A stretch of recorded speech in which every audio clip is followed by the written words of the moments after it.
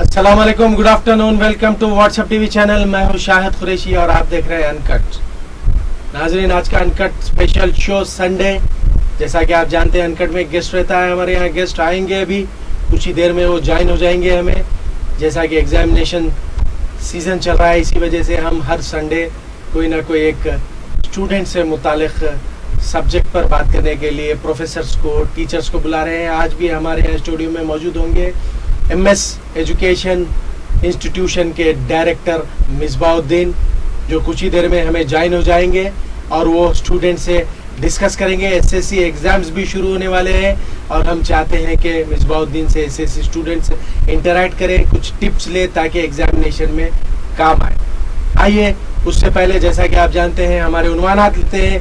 सबसे पहला उन्वान, आज सारे हिंदुस्तान में होली त्यौहार मनाया जा रहा है और इसी मौके पर व्हाट्सएप चैनल की जानिब से, अनकट प्रोग्राम की जानिब से, बिलखुसूस मेरी जानिब से हमारे तमाम non Muslim viewers, non Muslim citizens को हम होली की मुबारकबाद देते हुए एक अनोखे अंदाज में, जैसा कि सब किसी ना किसी के विशेष देते हैं, हम चाहते हैं कि कोई एक अनोखा विशेष दे। इसीलिए ये व्हाट्सएप अनकट के पेशकश विशेष आपके लिए।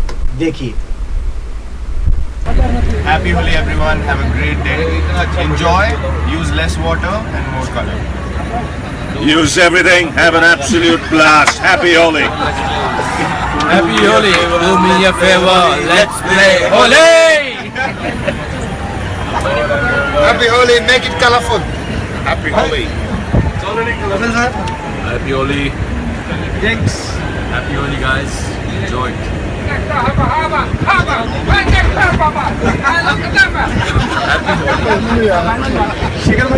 हाँ जी, Happy Holi.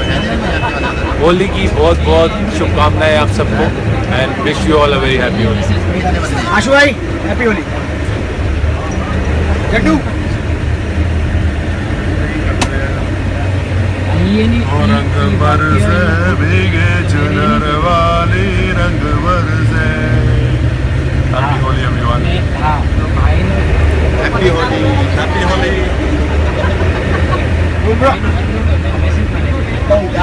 Oh come on! Happy Holi all. Have a safe Holi. Enjoy. Suresh.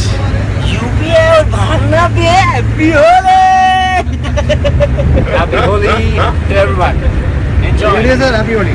Happy Holi, Happy Holi. Happy Holi. Happy Holi everyone. Happy Holi Bon. Happy Holi. Shami साहब, Happy Holi. Oh, Happy Holi. Happy Holi. Anand. Oh my God, Happy Holi.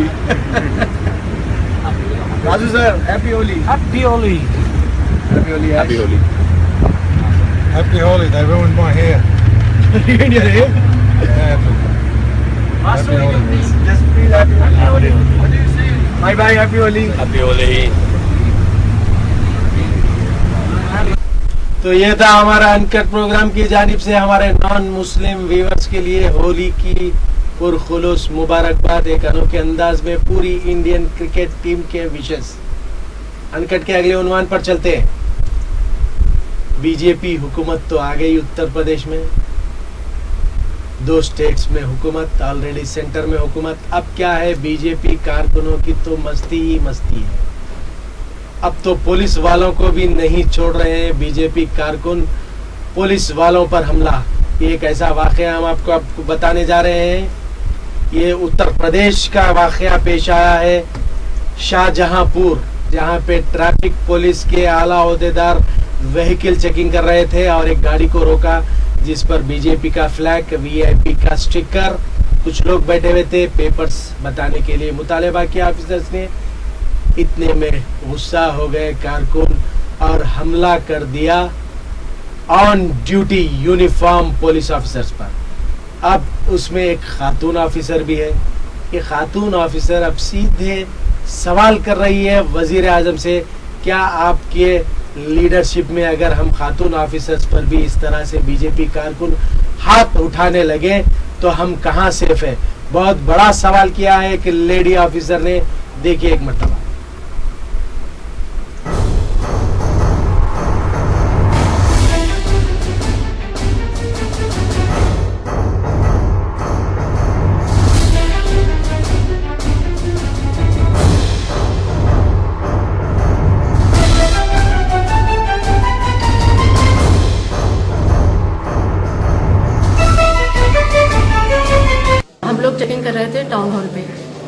विपुल थे, एक अजय मलिक था।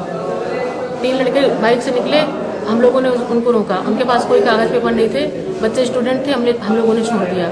इसके बाद 20 minute 25 minute बाद कोई आया, एक गाड़ी आई बोलेरो, यूपी 27 एम या शायद यू थी, 4 टाइम 7। उसमें करीब 8-10 लड़के थे। उन लोगों ने आते ही, उनके पास पिस्टल थी, उन लोगों ने आते ही उसमें भाजपा का झंडा लगा था। उस लड़के ने आते उतरते हुए बोला कि चेतराम विधायक के लड़के, तूने हमारे भाई की गाड़ी कैसे रोकी, और मुझे मारने लगा। इतने में अजय मलिक आ गया, उसने गाड़ी डंडा रोका तो उसके हाथ पे और सर पे लगा। हम माननीय प्रधानमंत्री मोदी जी से पूछना चाहते हैं कि जब हम महिलाएं, हम वर्दी पहन के स्टार लगा के अगर सुरक्षित नहीं है, भाजपा के प्रत्याशी विधायक हमारे उठा के डंडा मारे हैं, हमें गोली मारने की धमकी देते हैं, तो आम महिलाएं क्या करेंगी?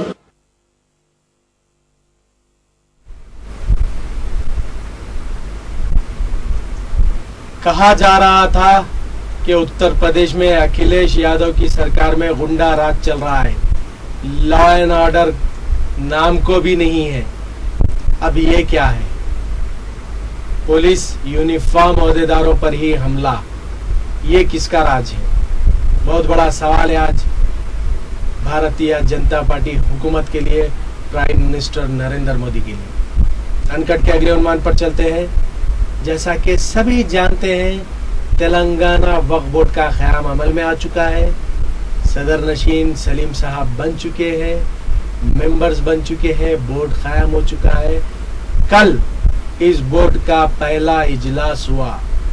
पहले इजलास में ही हंगामा। वक्फ बोर्ड के एक ईमानदार CEO, chief executive officer Asad Ullah की बर्खास्तगी। अब ये बर्खास्तगी क्यों हुई? इल्जाम तो कोई और लगा रहा है, कुछ लगा रहा है। कह रहे हैं कि बोर्ड के क़याम के बाद असदुल्ला ने कुछ फाइल्स साइनें की थी, इस वजह से उन्हें रिटर्न वो जहां जो डिपार्टमेंट से आए थे वहां भेज दिया गया है। लेकिन आखिर इसके पीछे असली राज क्या है, ये मैं नहीं कहता हूं, सभी जानते हैं, सब समझदार लोग हैं। देखिए एक बार।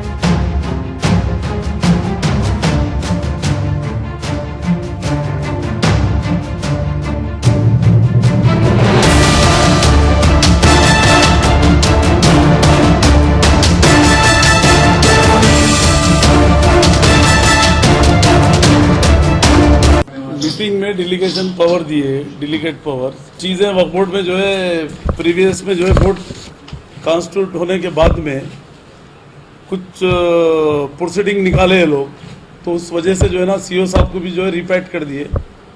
मतलब जहाँ से आए थे वो डिपार्टमेंट को देके असिस्टेंट सेक्रेटरी को जो है ना गौरी साहब को जो है चार्ज दिए अभी, क्योंकि प्रीवियस डेट में जो है 3-4 प्रोसीडिंग निकाले उन्होंने, तो वो नहीं निकाल सकते। वैसा इलेक्शन नोटिफिकेशन आने के बाद बॉडी करने का रहता, मेन फाइनेंशियल में है, एडमिनिस्ट्रेटिव में है, सब बहुत से गलतियां हैं, तो यूनानिमसली जो है ना बोर्ड पूरा मिलके पूरे मेंबर्स, एक भी नहीं, एक भी अपोज नहीं करा उसमें, एक भी नहीं, पूरे मेंबर्स मिलके जो है सीईओ को जो डिपार्टमेंट से आए थे वो डिपार्टमेंट को रिटर्न ये कर दिए। वक्फ बोर्ड के मामले में कोई हमदर्दी करने का सवाल ही नहीं है। सब कमेटियां बनाए, इंशाल्लाह ताला 1 हफ्ते 10 दिन में जो ना सब कमेटियां बैठ के पूरा जो वक्फ के फायदे में वही काम होगा। तौलियत कमेटी, मुतवली कमेटी और फाइनेंस कमेटी, लीगल कमेटी और एडमिनिस्ट्रेटिव कमेटी, ये डेवलपमेंट कमेटी जो प्रॉपर्टीज को डेवलप करने का है, ये कमेटियां भी डाल दी आज। और चेयरमैन को डेलीगेट पावर भी वो लोग दिए हुए हैं, और ये पूरे कमेटियों का चेयरमैन वक्फ बोर्ड चेयरमैन ही रहेगा इसका।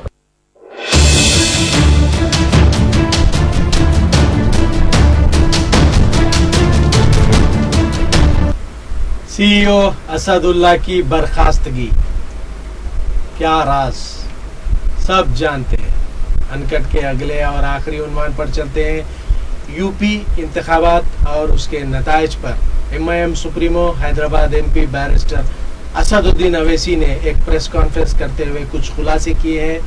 इसके मुख्तसर से हम हाइलाइट्स आपको बता दें कि जो लोग, असदुद्दीन अवैसी का कहना है कि जो लोग इल्ज़ाम लगा रहे हैं कि यूपी में मुस्लिम वोट्स को डिवाइड करने में MIM का अहम रोल रहा था, जिसकी वजह से बीजेपी आई है, तो उन लोगों के असदुद्दीन अवैसी ने जवाब दिया कि जहां जहां MIM का कैंडिडेट नहीं है वहां बीजेपी कैसे आई। बहुत बड़ा सवाल किया असदुद्दीन अवैसी ने। साथ ही साथ यूपी की आवाम का शुक्रिया अदा भी किया कि उन्होंने MIM के कैंडिडेट्स को वोट डाला और कहा कि उनकी जद्दोजहद जारी रहेगी। आज उनकी कोशिशें कल आने वाली नस्ल को काम आएंगी उत्तर प्रदेश में, ऐसा कहना है बैरिस्टर अवैसी का। सुनिए एक मरतबा। Well, I have always been stating this, that there was never and there will never be a Muslim vote bank. It has always been the opposite, because if there was a Muslim vote bank, the socio-education indicators of Muslim Uttar Pradesh would have been much better. Muzaffarnagar would not have happened. तो आपके तरफ से बिहार के बाद आपने मेहनत बहुत की यहाँ पे यूपी में, तो आपकी तरफ से, आपकी पार्टी की तरफ से काम करेंगे।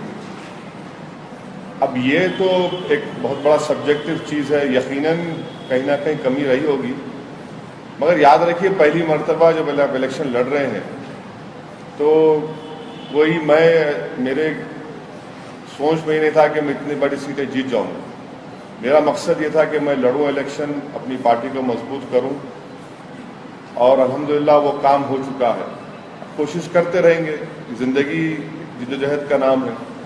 अब कामयाबी मुझे नहीं मिलेगी इस दुनिया में, ठीक है, कम से कम आने वाली नस्ल को तो तकलीफ में उठाना पड़ेगा, मगर हम मेहनत करते रहेंगे, जस्तजू करते रहेंगे। मगर एक बात तो साफ हो गई कि अब ये मुस्लिम वोट बैंक के बारे में बात करने वाले और फिर वोट काटने की जो बात करते हैं, अब इनको सोचना पड़ेगा कि कहाँ इनकी कमजोरी है।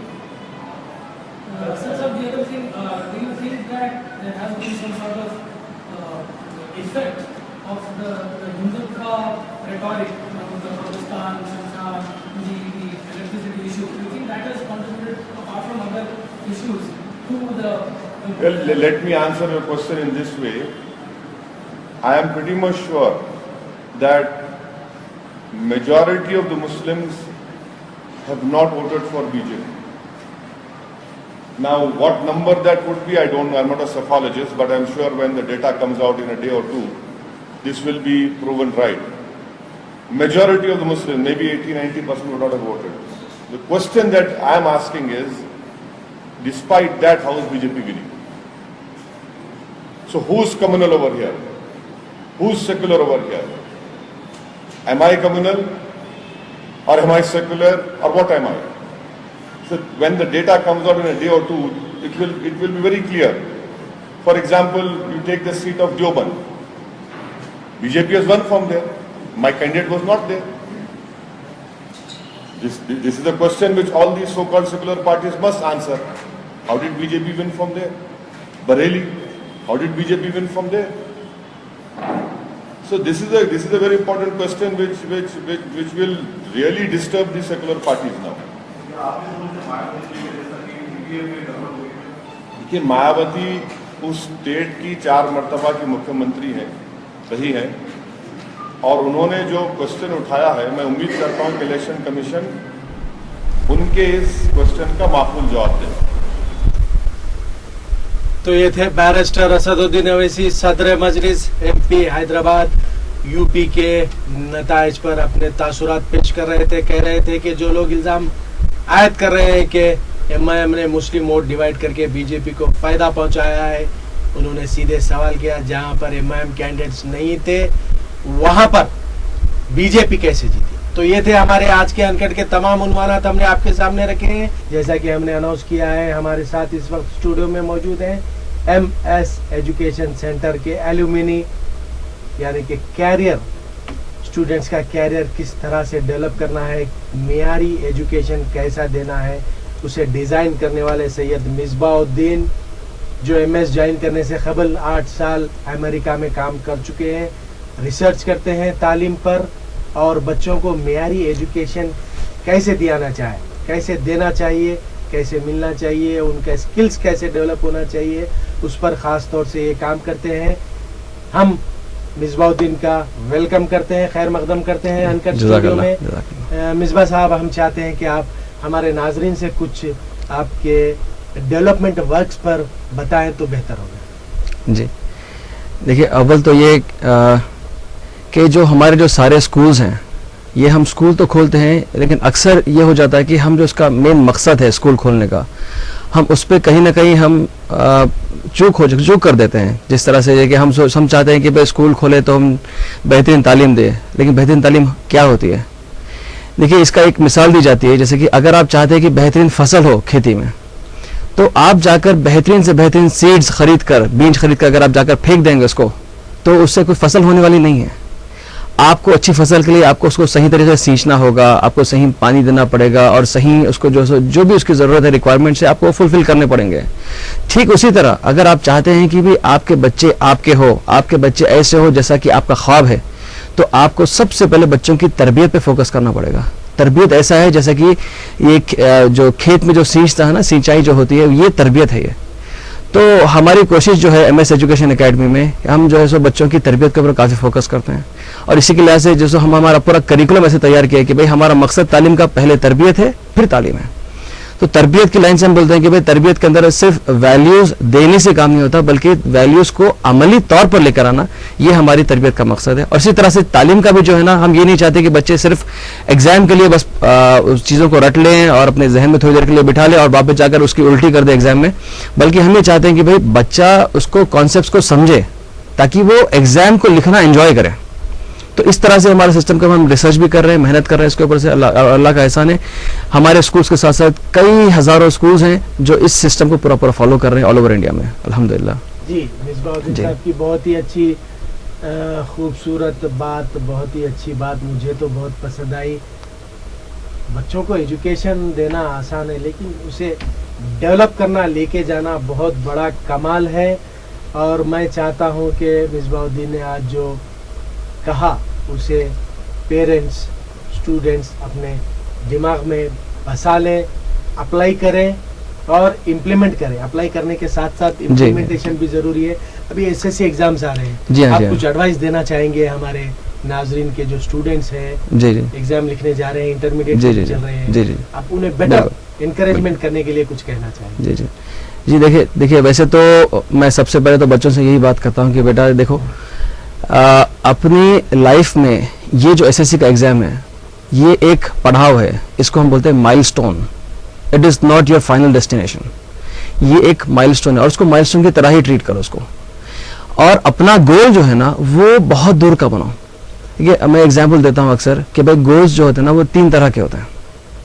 एक गोल ये होता है कि भाई आप अपने आप को लिमिट कर देते हो। मैं इसकी एक छोटी सी एक स्टोरी सुनाना चाहूँगा आपको। आप बच्चे तो क्रिकेट देखते हैं और क्रिकेट में इंटरेस्टेड भी होते हैं काफ़ी।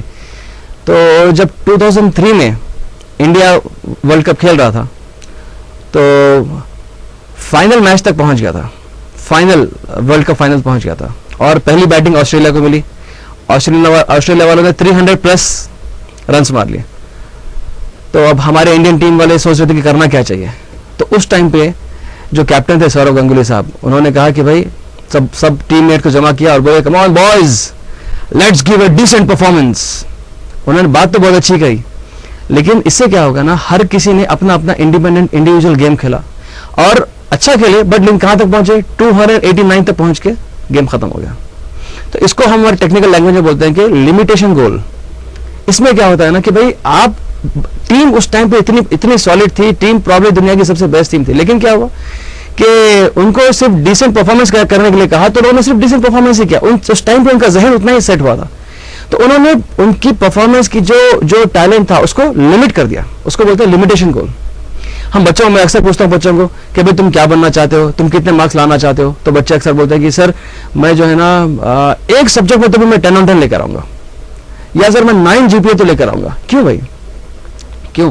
अगर जब तक आप अपना मेंटल फ्रेमवर्क, अपना माइंड को तैयार नहीं करते कि भाई मुझे जो है ना बेहतर करना है, मुझे अपने एबिलिटीज के आगे जाके काम करना है, अगर हम अपने आप को बाउंड्रीज लगा लेंगे, अगर हम लिमिट्स लगा लेंगे, तो हम कैसे कर पाएंगे?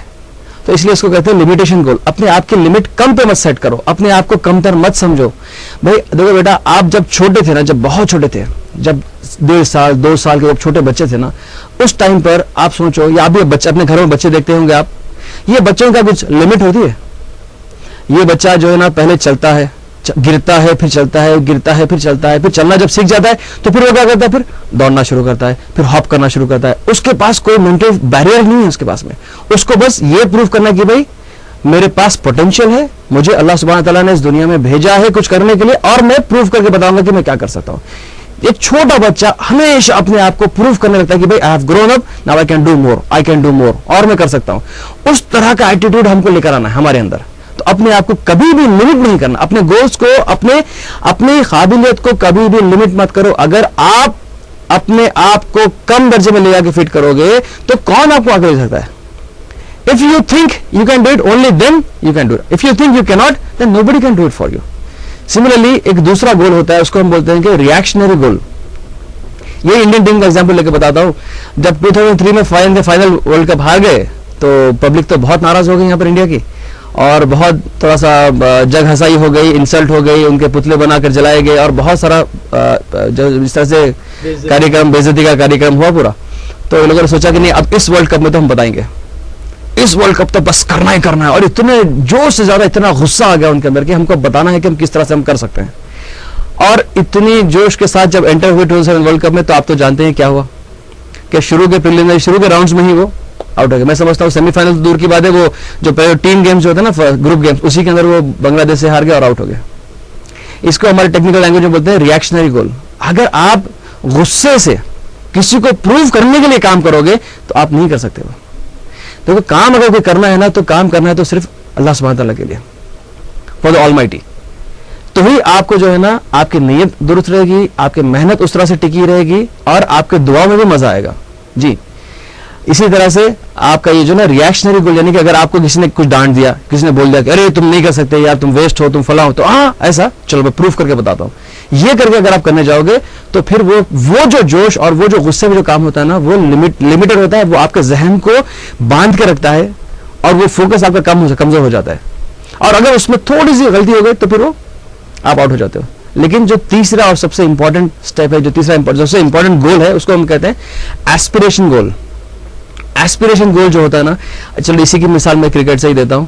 जो फील्ड पे इंडिया फाइनल कप, जो मैं 2003 की बात कर रहा था, जो फाइनल वर्ल्ड कप हार गई थी, उसी फील्ड पर ऑस्ट्रेलिया का मैच साउथ अफ्रीका के साथ तय हुआ, और ऑस्ट्रेलिया ने उसी फील्ड पर 440 के आगे रन मार दिए, 440 प्लस।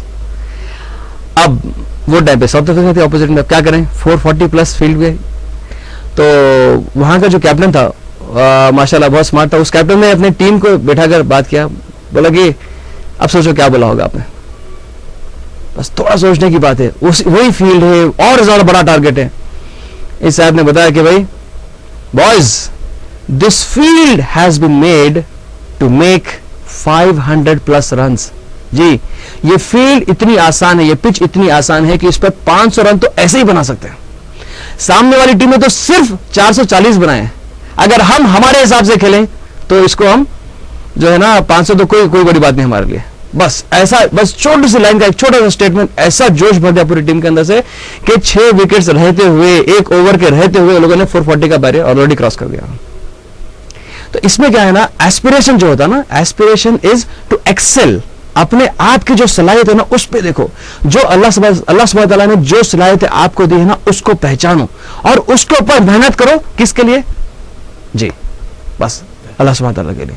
तो हमको हमारा टारगेट हमारे स्कूल्स के, हमारे एग्जाम्स के लिए बनाना है कि जो एसएससी एग्जाम है ये बहुत इंपॉर्टेंट है, लेकिन एक इंपॉर्टेंट माइलस्टोन है, ये गोल नहीं है। आपको दुनिया में बहुत बड़े बड़े काम करने हैं और आप बड़े कामों के लिए आए हैं, और बस इसके हिसाब से तैयारी कीजिए, इंशाअल्लाह ताला बहुत कामयाबी मिलेगी आपको। एक्सेलेंट, बहुत खूब। बस आपको मैं सलाम करता हूँ, अच्छा एनकरेजमेंट हमारे स्टूडेंट्स के लिए। ये एस्पिरेशन टारगेट आप अपने दिमाग में रखिए, एस्पिरेशन होना चाहिए, गोल रीच करना है, तो जज्बात में नहीं, बहुत अच्छे अंदाज में मिसबाउद्दीन ने समझाया। यहाँ पर हम ले लेंगे एक छोटा सा ब्रेक के बाद फौरी हाजिर होंगे और discussion, telephone discussion, online discussion जारी रखेंगे मिसबाउद्दीन के साथ। देखते रहिए व्हाट्सएप पर।